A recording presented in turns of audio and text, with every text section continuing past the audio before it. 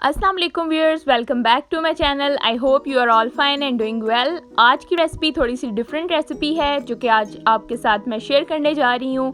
आज मैं आपको बनाना सिखाऊंगी देसी घी बनाना और घर के तरीके से देसी घी बनाना। ये बहुत ही इजी, बहुत ही क्विक है। मेरी अम्मी घर में देसी घी बनाती हैं और उनकी बहुत तारीफ़ होती है कि आप इतना अच्छा देसी घी कैसे बना लेती हैं।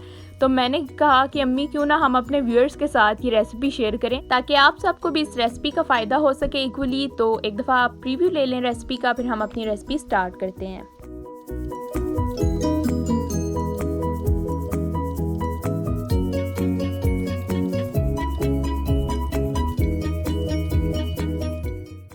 प्रीव्यू के बाद आपको भी अंदाज़ा हो गया होगा कि आप इस रेसिपी को यूज़ करके कितने अच्छे तरीके से घर में देसी घी बना सकते हैं। तो हम आज की रेसिपी स्टार्ट करते हैं। सबसे पहले क्रीम ले लिया मैंने, जिसको आप लोग बलाई भी बोलते हैं, ठीक है, जो दूध के ऊपर होती है, ठीक है, क्रीम इसको बोलते हैं या बलाई आप कह लें, जो भी कह लें। अब ये बलाई होती है, आप डेली रूटीन में जो दूध यूज़ करते हैं ना, ठीक है, उसके ऊपर सबको पसंद नहीं होती, तो समटाइम्स आप इसको सेपरेट कर लेते हैं। तो जो आप सेपरेट कर लेते हैं इसको आप यूज़ कर सकते हैं देसी घी बनाने के लिए। तो हमें भी बलाई पसंद नहीं है तो हम भी इस बलाई को यूज़ करते हैं देसी घी बनाने के लिए। तो अभी मैंने बलाई ले ली है, ये तकरीबन है 1 किलो। और अब मेरे पास जग है, ब्लेंडर, इसके अंदर मैंने पानी डाला है, बिल्कुल ताज़ा पानी आपने यूज़ करना है। और इसके अंदर आपने बलाई डालते जाना है, ऐड करते जाना है, तकरीबन मतलब सारी नहीं ऐड करनी, स्टेप बाय स्टेप आपने 3 स्टेप्स में आपने इसको ऐड करना है। तो फर्स्ट स्टेप में मैंने इसमें थोड़ी सी बलाई ऐड करूँगी और फिर इसको ब्लेंड करूँगी अच्छे से। इसको ब्लेंड करने से क्या होगा, मक्खन रेडी हो जाएगा, मक्खन एक साइड पे हो जाएगा और जो पानी होगा वो इसका सेपरेट हो जाएगा। अभी आप देख सकते हैं मैंने एक स्टेप में कितनी बलाई और कितना पानी लिया है। अब मैं इसको स्टार्ट करने लगी हूँ ब्लेंडर को, और ये एकदम से मक्खन बन जाएगा और इसका पानी जो है, एक्स्ट्रा पानी, वो सेपरेट हो जाएगा। अब मैंने क्या किया है कि अभी आप देख सकते हैं इसके ऊपर क्रीम सी आ गई है, ये सेपरेट हो रहा है।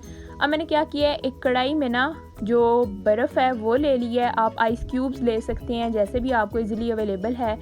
इसमें हमने क्या करना है, जैसे ही हम ब्लेंड करते जाएंगे ना, उस मक्खन को हमने इसमें निकालते जाना है और एक्स्ट्रा जो पानी है उसमें आपने बाकी का जो बलाई है उसको दोबारा से ग्राइंड कर लेना है, जो बाकी की रह गई है, ठीक है। अब ये देखें जो सेपरेट हुआ हुआ मटेरियल है ना, ये मक्खन है। मैं इसको निकालती जा रही हूँ और इसको मज़ीद बर्फ़ में रख रही हूँ ताकि ये और ज़्यादा थिक हो जाए, ये एक्सट्रैक्ट हो जाए।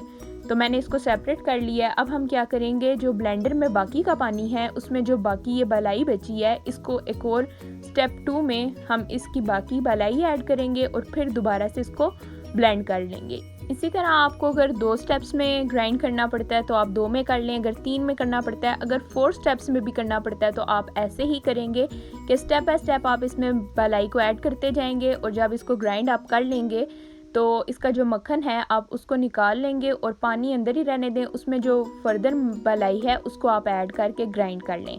अब देखें स्टेप बाय स्टेप मैं करती जा रही हूँ और मक्खन आता जा रहा है, मक्खन को मैं निकालती जा रही हूँ। मज़ीद उसको जो बर्फ़ वाला पानी है, तकरीबन ये सारी की सारी बर्फ़ ही है, अभी ये मेल्ट होना स्टार्ट हो गई है, तो इसमें मैं ऐड करती जा रही हूँ। इसी कढ़ाई में मैंने इसको पकाना है और इसका देसी घी बनाना है, इसीलिए मैंने एक ही बर्तन यूज़ किया है ताकि बार बार आपको दूसरा बर्तन ना लेना पड़े। अभी आप देखें इसको मैं मिक्स कर रही हूँ, बर्फ़ की वजह से ना ये जो मक्खन है ना, ये बिल्कुल एक साइड पे हो जाएगा, सेपरेट हो जाएगा, और जो इसका पानी है ना, जो हमें नहीं चाहिए, जो यूजेज के लिए नहीं है, वो भी सेपरेट हो जाएगा। ये देखें, आप इसको मिक्स करें और इसको पड़ा रहने दें। अब जो नेक्स्ट पानी बचा है ना जग में, इसमें आपने क्या करना है, जो बाकी की बलाई है वो आपने ऐड करके ग्राइंड कर लेना है। अब तकरीबन मैंने सारी इसको ग्राइंड कर लिया है और मक्खन मेरे पास हो गया सेपरेट। अब मैं क्या करूँगी, जो इसका पानी है इसको मैं वेस्ट कर दूँगी, ठीक है। जो मैंने बर्फ़ इसलिए डाली थी ताकि सारा मक्खन एक साइड पे हो जाए और जो एक्स्ट्रा पानी है वो एक साइड पे हो जाए। अब मैंने क्या करना है, इसको बिल्कुल एक साइड पे कर लूँगी, सारे मक्खन को एक साइड पे कर लूँगी और जो पानी है उसको मैं वेस्ट कर दूँगी। अच्छा, एक चीज़ तो मैं आपको बताना भूल ही गई, वो ये कि जैसे आप डेली रूटीन में दूध यूज़ करते हैं और उस पर जो बलाई आती है उसको आप क्या कर सकते हैं, उसको आप सेपरेट एक बर्तन में ऐड कर दें, ठीक है। डेली की रूटीन में आप उसको एक सेपरेट बर्तन में डाल दिया करें, मतलब एक ही बर्तन रखें और उसको आप फ्रीज़ करते रहा करें। मतलब डेली आप जो भी मलाई है आप नहीं यूज़ करना चाहते तो आप उसको सेपरेटली एक बर्तन रखें उसके लिए स्पेशल, और उसको आप फ्रीज़ कर लिया करें। फिर जब थोड़ी ज़्यादा जमा हो जाए मलाई तो आपने क्या करना है, उसका देसी घी बना लेना है। लेट्स सपोज़ आप 10 दिन के बाद देसी घी बनाना चाहते हैं तो मलाई को आपने तकरीबन 5 से 6 घंटे पहले निकाल के रख लेना है, ठीक है। ये सारा प्रोसेस मैंने आपको समझा दिया है। अब ये मैंने क्या किया है कि बर्फ़ में जो मैंने मक्खन बना लिया इसका, तो इसका जो पानी था जो मुझे नहीं चाहिए था उसको मैं सेपरेट दूसरे बोल में निकाल लूँगी, और ये ज़रूरी नहीं है इसको आप वेस्ट कर सकते हैं, ठीक है। तो ये मैंने सेपरेट निकाल लिया है और सिर्फ मक्खन को मैं इस कढ़ाई में रहने दूंगी और इसी कढ़ाई में हम इसका देसी घी बना लेंगे, ठीक है। अभी आप देख सकते हैं ये बिल्कुल जो मक्खन है वो रह गया है, और अब मैंने इसको फ्लेम पे रख दिया है। फ्लेम आपने मीडियम रखना है और आपने इसको पकाना स्टार्ट कर देना। अब बहुत से लोग कहते हैं कि जब वो देसी घी बनाते हैं तो उनका मक्खन सेपरेट नहीं होता, मतलब वो मिक्स ही रहता है। जैसे मैंने भी किया तो मक्खन एकदम से सेपरेट हो गया, तो उनका थोड़ा मेथड भी डिफरेंट होता है। तो आप इस मेथड से बनाना ट्राई करें तो इंशाल्लाह 100% गारंटी है कि सेम ऐसा ही बनेगा।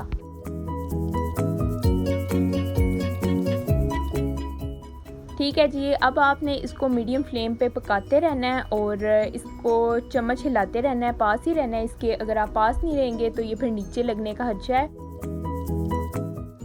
तो बेहतर है कि जब आप इसको पकने के लिए रखें तो आप इसके पास ही रहें और इसको वक्तन फ़ौक्तन हिलाते रहें, ठीक है, और इसको पकाते रहें मज़ीद।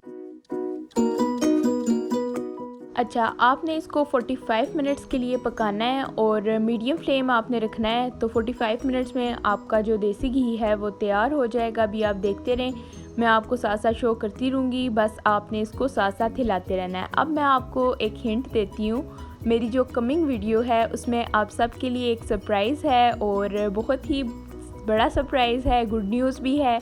अगर आप लोग गेस कर सकते हैं तो मुझे कमेंट सेक्शन में ज़रूर बताएं। मैं देखती हूँ कितने व्यूअर्स ऐसे हैं जो उस सरप्राइज़ को ऑलरेडी गेस कर सकते हैं कि वो कौन सा ऐसा सरप्राइज़ है जो मैं आपके साथ शेयर करना चाह रही हूँ, और इंशाल्लाह नेक्स्ट वीडियो में मैं आपके साथ उस सरप्राइज़ को ज़रूर शेयर करूँगी। तो जो गेस कर लेगा फिर देखते हैं किसको पता चलता है। तो वापस आते हैं रेसिपी की तरफ। ये रेसिपी तकरीबन कंप्लीट होने वाली है, मुकम्मल होने वाली है, देसी घी बनने वाला है, तैयार होने वाला है।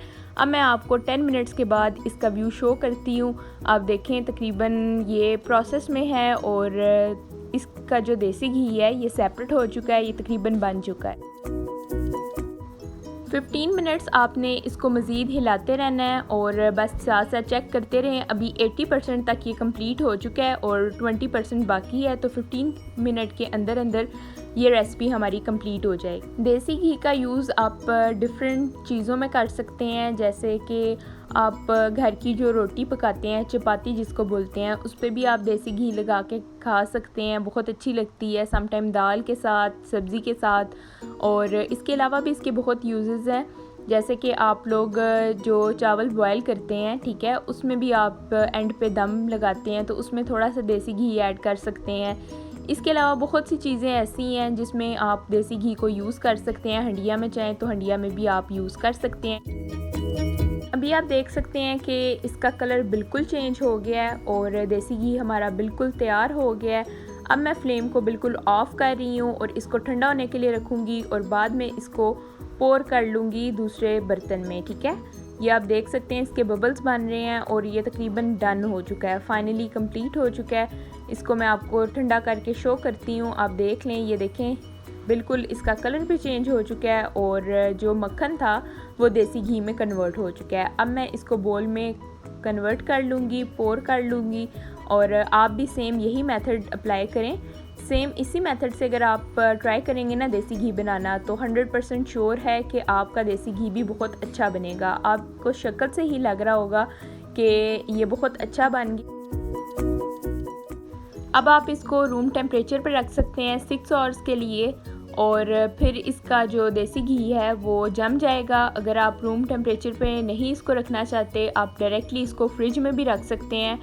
फ्रिज में आप इसको रख दें किसी ऐसे बर्तन में निकाल के, और डेली की बेसिस पे आप इसमें से देसी घी यूज़ कर सकते हैं। ठीक है, मैंने इसको फ्रिज में रखा ओवरनाइट, और अभी आप देख सकते हैं ये कितना अच्छा देसी घी बन गया है। और आप इस रेसिपी को ज़रूर ट्राई करें, और ट्राई करने के बाद मुझे फ़ीडबैक ज़रूर दिया करें कि आपने इसको ट्राई किया तो आपको कैसा लगा। अगर आपको कोई क्वेश्चन करना हो इसके मुतल्लिक तो आप कमेंट सेक्शन में मेरे से पूछ सकते हैं। इंशाल्लाह मैं एक्टिव रहूँगी और आपको ज़रूर रिप्लाई करूँगी। तो आज कल के लिए ये देसी घी की रेसिपी थी। इंशाल्लाह नेक्स्ट वीडियो में आपके साथ मुलाकात होगी एक नई रेसिपी के साथ। बल्कि मैं तो भूल ही गई नेक्स्ट रेसिपी क्या, नेक्स्ट तो सरप्राइज़ वीडियो है, तो आप मेरी सरप्राइज़ वीडियो का वेट करें। तब तक के लिए अल्लाह हाफ़िज़।